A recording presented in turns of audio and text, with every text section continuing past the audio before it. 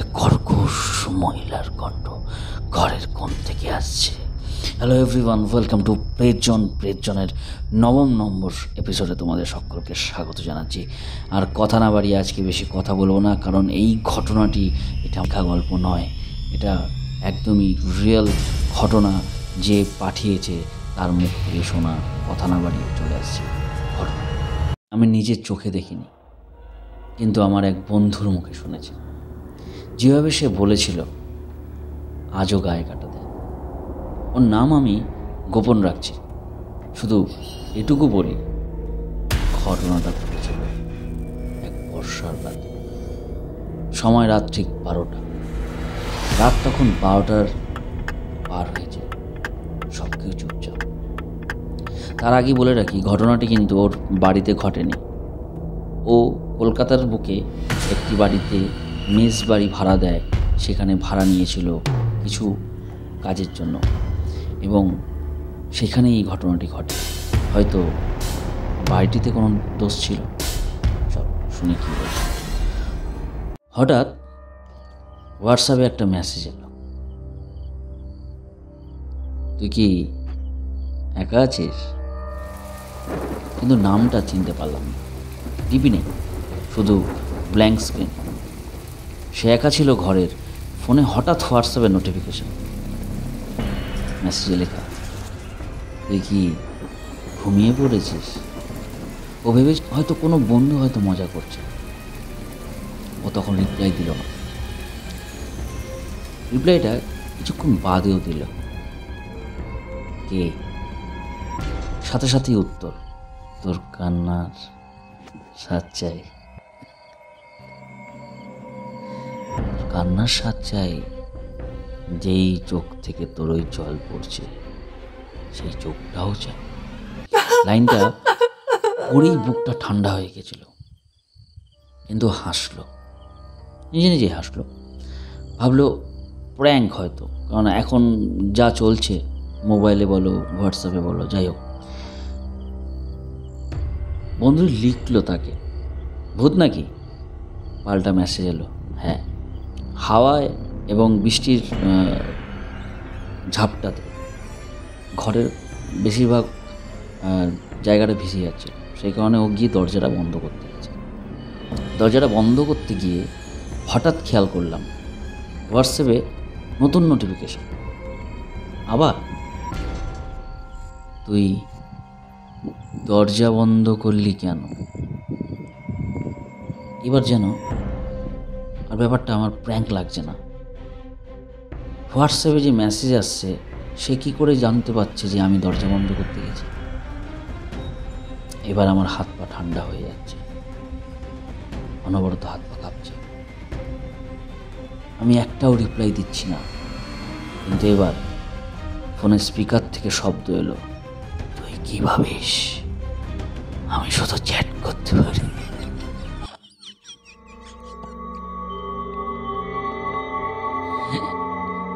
একটা কর্কশ মহিলা কণ্ঠ ঘরের কোণ থেকে আসছে। আমি আর কোনো চিন্তা ভাবনা না করে ফোনটা হাত থেকে ফেলে দিলাম।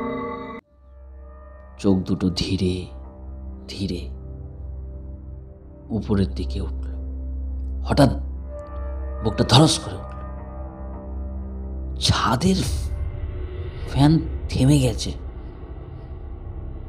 আর ঠিক তার উপরে কি ওটা ঝুলছে এক অন্ধকার অবয়ব। লম্বা চুল, সাদা চোখ, গলাটা পুরো কাটা, আর ঠোঁট নড়ছে, কিন্তু গলার শব্দ আমি পাচ্ছি না। সেই দেখে সে হঠাৎ চিৎকার করতে যাচ্ছিল। হঠাৎ পুরো ঘর অন্ধকার হয়ে গেল। ও শুধু অনুভব করল গালে ঠান্ডা জীবের ছোঁয়া। তার গা গিনগিন করে উঠল। ওর হাত পা শক্ত হয়ে গেল, শরীর নড়ছে না, শুধু বুক ধুকপুক ধুকপুক করছে। ধীরে ধীরে ওর চোখ জোর করে খুলে দিল। চোখের সামনে অন্ধকার, কিন্তু 1 সেকেন্ড পরে মিলল আলোর ঝলকানি। সে দেখলো সে নিজের ঘরেই নেই। চারদিক লাল রঙের দেয়াল,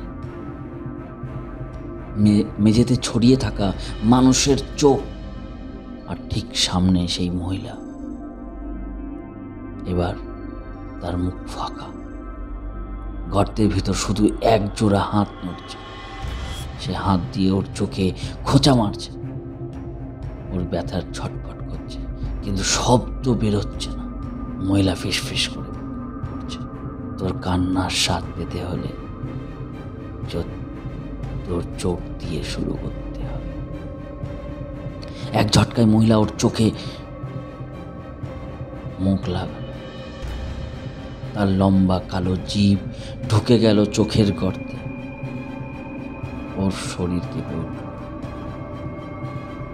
অন্ধকার নামল। শেষবার শুধু শুনল সেই কর্কশ হাসি, আর বলছে, কি মিষ্টি স্বাদ তোর চোখের। তারপর অনুভব করছে একটা হাত তার বুকে ছুঁয়ে কেউ যেন তাকে ডাকছে। চোখ খুলে দেখে পাশের ঘরের এক দাদা ওকে বলছে, ওট ওট, মাটিতে শুয়ে আছিস কেন? কি হয়েছে তোর সাথে? ঘরের এই অবস্থা কি করে হলো? জানি না কি বলবো সম্রাট তোকে।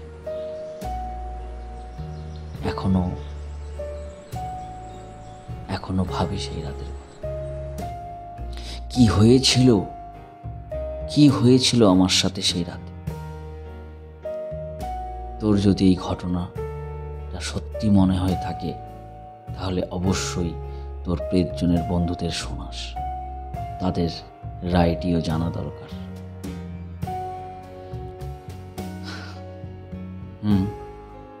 অবশ্যই রায় জানা দরকার। ঘটনাটি অ্যাকচুয়াল ঘটেছে আমার এক পরিচিত ঠিক বলবো না, আমার এক খুব কাছের বন্ধুর সাথে। তা সে জানে আমার একটি চ্যানেল রয়েছে, এবং সে বলল যে দেখ, তোর এই চ্যানেলে যদি এই ঘটনাটা শোনাতে পারিস। কোনো কাজের সূত্রেও গেছিল। ও গ্রামের একটা ছেলে, গ্রামের নাম আমি বলছি না, গ্রামের একটা ছেলে কলকাতায় এসেছিল কাজের জন্য। এটা মেস বাড়ি ভাড়া নিয়েছিল কিছুদিন যাবৎ, এবং সেইখানেই এই ঘটনাটি ঘটে। কিন্তু সে ব্যাপারটা যতটুকু আমি শুনেছি, যতটুকু আমার মনে হলো যে এটা ওর সাথে ঘটেছে না, এটা স্বপ্ন। কিন্তু যেভাবে ও বলছিল, যেভাবে ওর গায়ে ফায়ে কাটা দিয়ে উঠছিল, সেটা দেখে মনে হলো যে ঘটনাটা ওর সাথে ঘটেছে, কিন্তু অ্যাকচুয়ালি ও বলতে পারছে না। হয়তো সেদিনকার রাতে এমন কিছু করেছে যে কারণে এই আত্মাটি বা অবয়বটি পালিয়ে গেছে। তো যাই হোক, এখন কথাটা হচ্ছে যে ঘটনাটি ভালো হয়েছে। ঘটনাটি আরও অনেকটাই বলেছিল, ঠিক হয়তো সঠিকভাবে বলতে পারলাম না, কারণ একটু বড় হতো, অনেকটাইও বলেছিল। ঠিক আছে, তোমাদের যদি ভালো লেগে থাকে কমেন্ট করো তোমরা, ঠিক আছে। আর ঘটনাগুলো এভাবে পাঠাও আমার কাছে, ঘটনাগুলো সেভাবেই আমি বলার চেষ্টা করব, কারণ সবসময় তো আর লেখা সম্ভব হচ্ছে না। গল্প বানানোটাও তো খুব একটা সহজ ব্যাপার নয়, তোমরা জানো ভালো মতো। চলো, সবাই সুস্থ থাকো, ভালো থাকো, ঘটনা পাঠাও, বাস ঘটনা পাঠাও।